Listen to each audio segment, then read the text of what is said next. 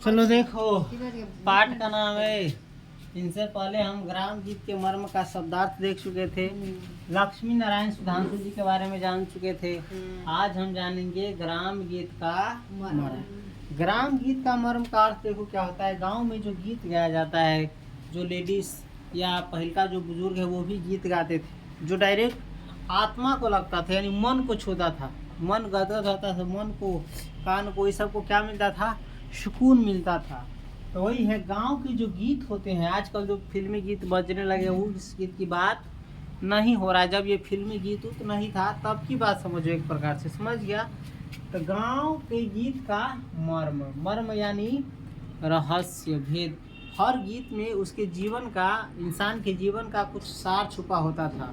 सार यानी अर्थ, गहरा रहस्य, गहरा अर्थ, गहरा अर्थ छुपा रहता है गांव के जो गीत होते हैं उसमें। तो उसी का नाम है ग्राम गीत का मर्म। ग्राम गीत का मर्म का अर्थ समझ गया। तो किसी देश के काव्य का उद्भव, देखो किसी देश के काव्य का उद्भव, हम बताए थे तुमको काव्य का अर्थ कविता होता है, लेकिन यहाँ काव्य का अर्थ समझो गीत। काव्य का अर्थ समझो यहाँ पर गीत।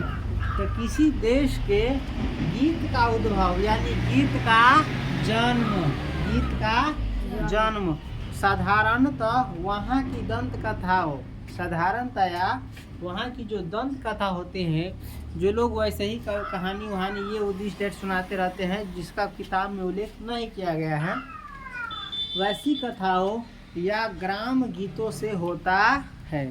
समझ गया। किसी देश के काव्य का उद्भव कैसे होता है, वहाँ की जो दंत कथा होती है, वहाँ जो प्रचलित कहानी होते हैं उससे, और गांव के जो गीत होते हैं उनसे होता है। उनके उत्तरोत्तर कलात्मक विकास में, उनके उत्तरोत्तर कलात्मक विकास में, उत्तरोत्तर यानी एक के बाद एक, एक के बाद दूसरा, दूसरे के बाद तीसरा, है ना, लगातार क्रमिक विकास में मानव जीवन के, किस जीवन के, मानव जीवन के महत्व की संहृति, महत्व की संहृति यानी संहृति यानी मानव जीवन के जो महत्व है उसका इकट्ठा समुचित रूप, संहृत यानी मानव जीवन के महत्व का जो इकट्ठित रूप है, इकट्ठा रूप है, एकत्रित रूप है वो, और उसकी विविधता का आलोचन रहता है। और मानव के जो जीवन होते हैं अलग अलग प्रकार के होते हैं, उसकी क्या रहता है, इसकी आलोचना यानी समीक्षा रहती है। सामाजिक जीवन और काव्य, सामाजिक जीवन और काव्य, देखो सामाजिक सामाजिक जीवन और काव्य न लेंगे, हटाओ न भाई, मोती माला उठाओ।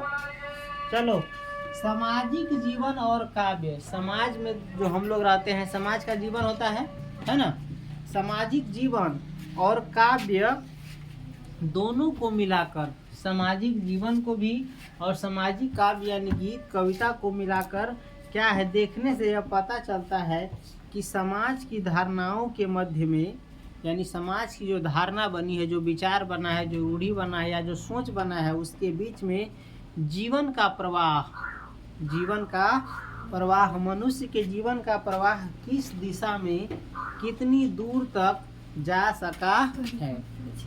परिस्थिति की प्रवस्था के कारण, देख रहा है ना, मजबूरी के कारण, परिस्थिति जब खराब रहता है उसकी प्रवस्था के कारण जीवन किस सीमा तक पंगु बना है,